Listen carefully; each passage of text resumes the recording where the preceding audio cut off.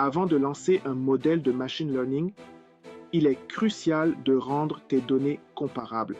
C'est là que la normalisation et la standardisation entrent en jeu. Mais pourquoi est-ce si important? Dans un dataset, certaines variables peuvent avoir des échelles très différentes.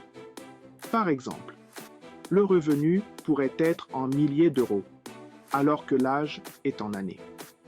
Ces différences peuvent déséquilibrer ton modèle, car certaines variables peuvent dominer l'algorithme, surtout dans des méthodes basées sur la distance, comme les K+, proches voisins, ou la régression logistique.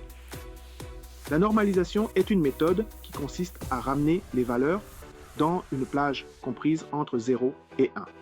Cela permet de s'assurer que chaque variable contribue équitablement au modèle. Elle est souvent utilisée lorsque les données ne suivent pas une distribution gaussienne et sont limitées dans un intervalle donné, comme dans les réseaux de neurones. La standardisation transforme les données pour qu'elles aient une moyenne de 0 et un écart type de 1. Cela est utile lorsque tes données suivent une distribution normale ou lorsque tu utilises des algorithmes qui sont basés sur cette hypothèse.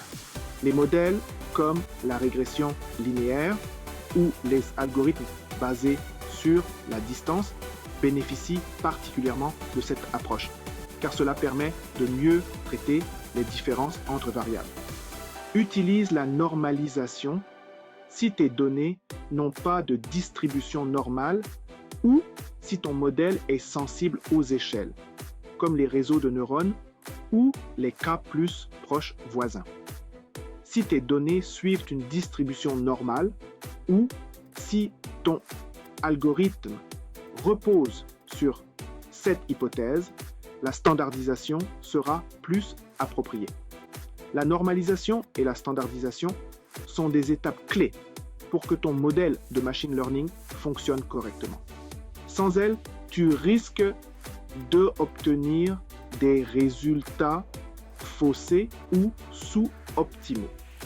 Si cette vidéo t'a aidé à comprendre la normalisation et la standardisation, abonne-toi pour plus de conseils et astuces en data science.